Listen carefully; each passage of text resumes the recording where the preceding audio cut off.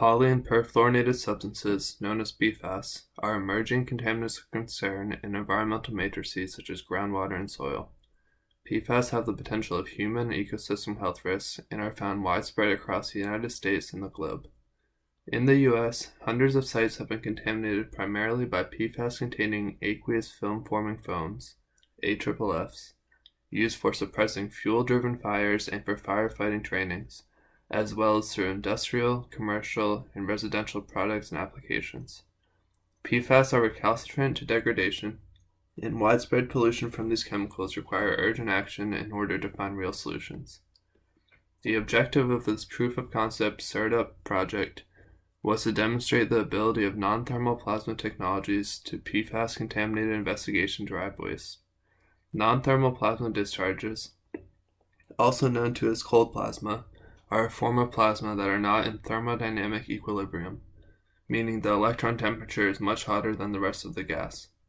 Non-thermal plasma can generate reactive environments of heat, UV radiation, and highly reactive chemical species including charged particles, electrons and ions, and reactive neutral species.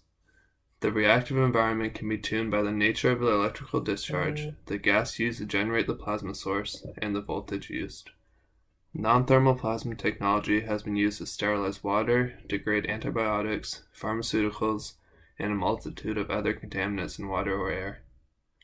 This shows promise for the ability for non-thermal plasma to be used for destruction of PFAS compounds. Reverse vortex flow gliding arc plasma is a discharge that combines high energy efficiency and scalability to industrial levels with low energy consumption. The gliding arc plasma was used to treat PFAS-contaminated liquids, while another form of cold plasma called dielectric barrier discharge, or DBD, was used to treat contaminated solids.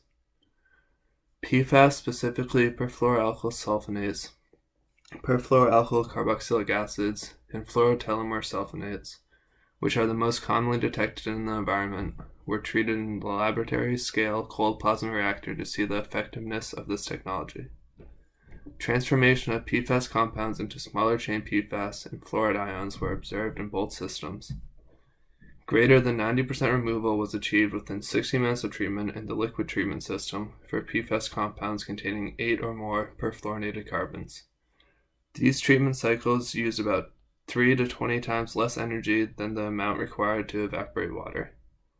Fluoride ions were detected throughout treatment, showing defluorination of the PFAS compounds and successful destruction of the parent compound.